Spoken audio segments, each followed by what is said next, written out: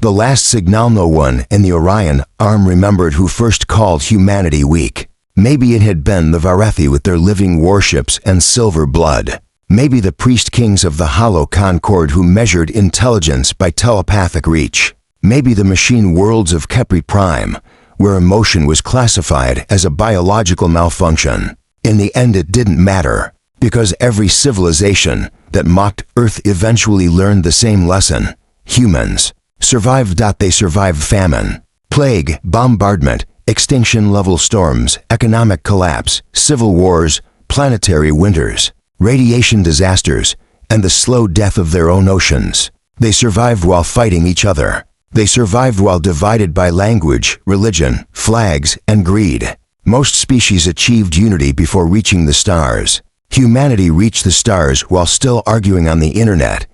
That alone terrified the galaxy. Commander Elias Ward stood alone on the observation deck of the UES Horizon as blue-white stars drifted across the reinforced glass. The warship vibrated softly beneath his boots. Old engines carrying 30,000 souls through hostile territory. Behind him, alarms chimed quietly. "Commander," said Lieutenant Sana Elias from the tactical station, "we've received another transmission from the Coalition." Ward didn't turn. "Same message." "Yes, sir." He sighed. "Play it." The hologram flickered to life in the center of the bridge. An alien figure emerged from static. Tall, thin. Skin like polished obsidian. Golden eyes without pupils. Supreme Executor Thalen of the Varethi Dominion looked almost elegant if someone ignored the fact that his fleets had burned 16 colonies in 3 months. "Human vessel Horizon," the executor said calmly, "you are entering restricted Dominion territory. Turn back immediately and surrender all artificial intelligence cores aboard your ship. Failure to comply will result in eradication." The message ended. Silence followed. Then someone near the engineering station laughed. Ward finally turned around. "Status report. Dominion fleet holding near the Carina Gate," Sana replied. 21 warships confirmed. Maybe more hidden behind the moon. "And our allies retreating." Of course they were. The Coalition always retreated. The galaxy loved peace right until war arrived at their front door. Ward rubbed tired eyes. The Horizon wasn't supposed to be here. 3 months earlier, the ship had been assigned to escort refugee convoys away from the frontier. Human colonies were collapsing under Dominion assault, entire systems falling silent one by one. Earth Senate Command had ordered every surviving military asset toward Sol for final defensive positioning, but then Outpost Charon transmitted its final distress signal. 100,000 civilians trapped. No evacuation route. Dominion fleets inbound. Every nearby Coalition member refused to intervene. Too dangerous. Too costly. Probability of success below acceptable margins. Humans had a different philosophy about acceptable margins. So the Horizon turned around. Now they were alone in enemy territory. Again. Ward stared at the star map floating above the tactical table. Red icons covered entire sectors. Dominion expansion moved like wildfire. The Varethi weren't simply conquering worlds. They were erasing cultures. Cities vaporized. Archives destroyed. Survivors enslaved. The Dominion believed diversity caused weakness. Every species under their rule became part of a single collective hierarchy. Humanity refused. That made Earth dangerous. ETA to Charon, Ward asked. 36 hours. And the Dominion fleet? 20. He smiled faintly. So we still have a head start. Lieutenant Sana stared at him. "Sir, respectfully, there are 21 enemy warships." "Yes, we have one," Ward finally grinned. And several crew members chuckled quietly. That was another thing the galaxy never understood. Humans treated impossible odds like a personal insult. The Horizon accelerated deeper into hostile space. Far away, in the blackness between stars, Dominion fleets adjusted course. The hunt had begun. The refugee station orbiting Charon looked dead. Lights flickered across broken docking rings. Half the station rotated unevenly from earlier bombardments. Fires burned in open vacuum where emergency bulkheads had failed. Yet thousands of civilian signals still blinked weakly across scans. Alive. Barely.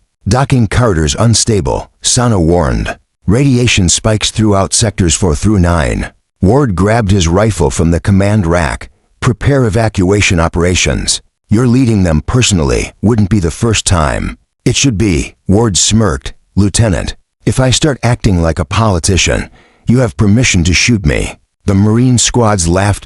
Minutes later, the Horizon attached itself to the dying station. The first thing Elias noticed after the airlock opened was the smell. Smoke. Blood. Burned metal.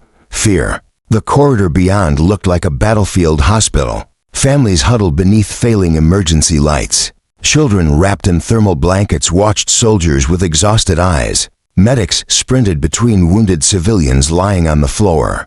A woman spotted the human Marines entering. For a second she simply stared. Then she cried. Not from terror. Relief. Double quotes they came. She whispered. Others began turning. Murmurs spread through the corridor. Earth forces. The humans came back. I thought they abandoned us. Ward moved forward quickly. Listen carefully. He shouted. We are evacuating this station. Priority goes to children and critical medical cases. Stay calm and follow Marine instructions. An older alien male stepped toward him nervously. The man belonged to the Talar species, thin and pale with translucent skin.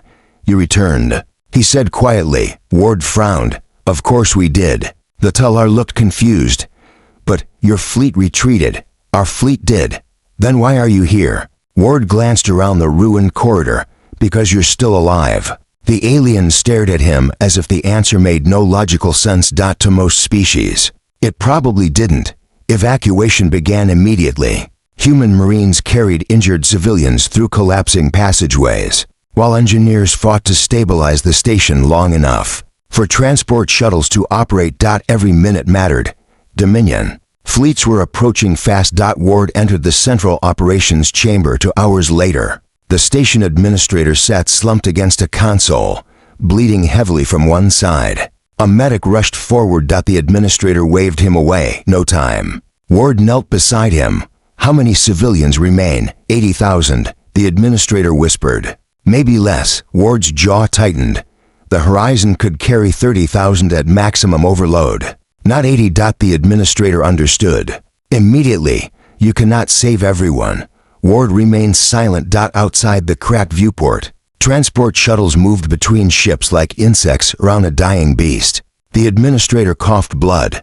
Most species would leave now, he said. Weakly. The Dominion fleet is too close. Ward looked at him. Good thing we're human. The administrator actually laughed. Then the station shook violently. Alarms erupted. Sana's voice blasted through comms. Commander, enemy advance elements just entered the system. Too early. Ward stood instantly. How many? 3 cruisers. Only 3? A pause. Yes, sir. Ward grabbed the comm transmitter. All Marine teams continue evacuation. Engineering crews prep station reactors for overload. The administrator stared upward. You intend to destroy the station? Ward nodded. If the Dominion captures this place, everyone left behind dies. Anyway, you would sacrifice yourselves. Ward checked his rifle. We'll try not to. The Horizon detached from Charon Station as enemy ships emerged from hyperspace.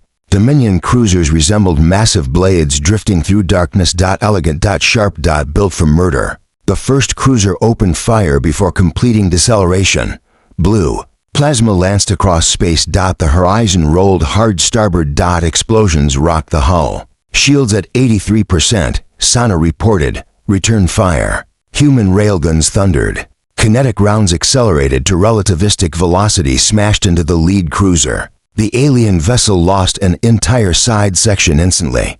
Atmosphere exploded into space. The cruiser kept advancing. Ward smiled grimly. Tough bastards. Second cruiser locking missiles. Deploy countermeasures. The bridge lights dimmed as power rerouted to defensive systems. Outside, nuclear decoys and electronic interference clouds erupted around the Horizon. Enemy missiles vanished in expanding fireballs. Then the third cruiser fired spinal beams directly at Charon Station. Ward's eyes widened. No, the beam cut through the station's central ring. Thousands died instantly. The station began breaking apart. Chunks of metal, and frozen bodies drifted into vacuum. For a moment nobody on the bridge spoke. Then Ward said quietly, "Target that cruiser." The Horizon accelerated straight toward the enemy formation. Every gun opened fire. RAILGUNS. Missiles, laser batteries, point defense cannons. The warship became a storm of steel and nuclear light. The lead Dominion cruiser shattered under concentrated bombardment. The second lost engines. The third attempted retreat. Ward leaned forward. Not this time. The Horizon rammed it.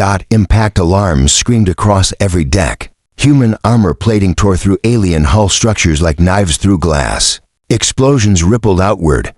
The cruiser split in half. Bridge officers stared silently at the tactical display. 3 enemy cruisers destroyed. 1 human ship heavily damaged. And the main Dominion fleet still inbound. Sana looked at Ward. "Sir, that was insane." Ward sank into the command chair. "Add it to the list." Evacuation continued. Hour after hour. The Horizon overloaded life support systems beyond safe operating capacity. Hallways filled with civilians. Cargo bays became emergency shelters. No one complained. Human crews shared rations. Marines gave up sleeping quarters. Engineers worked 20-hour shifts repairing combat damage while children slept beside reactor conduits wrapped in blankets. That was humanity's real strength, not weapons.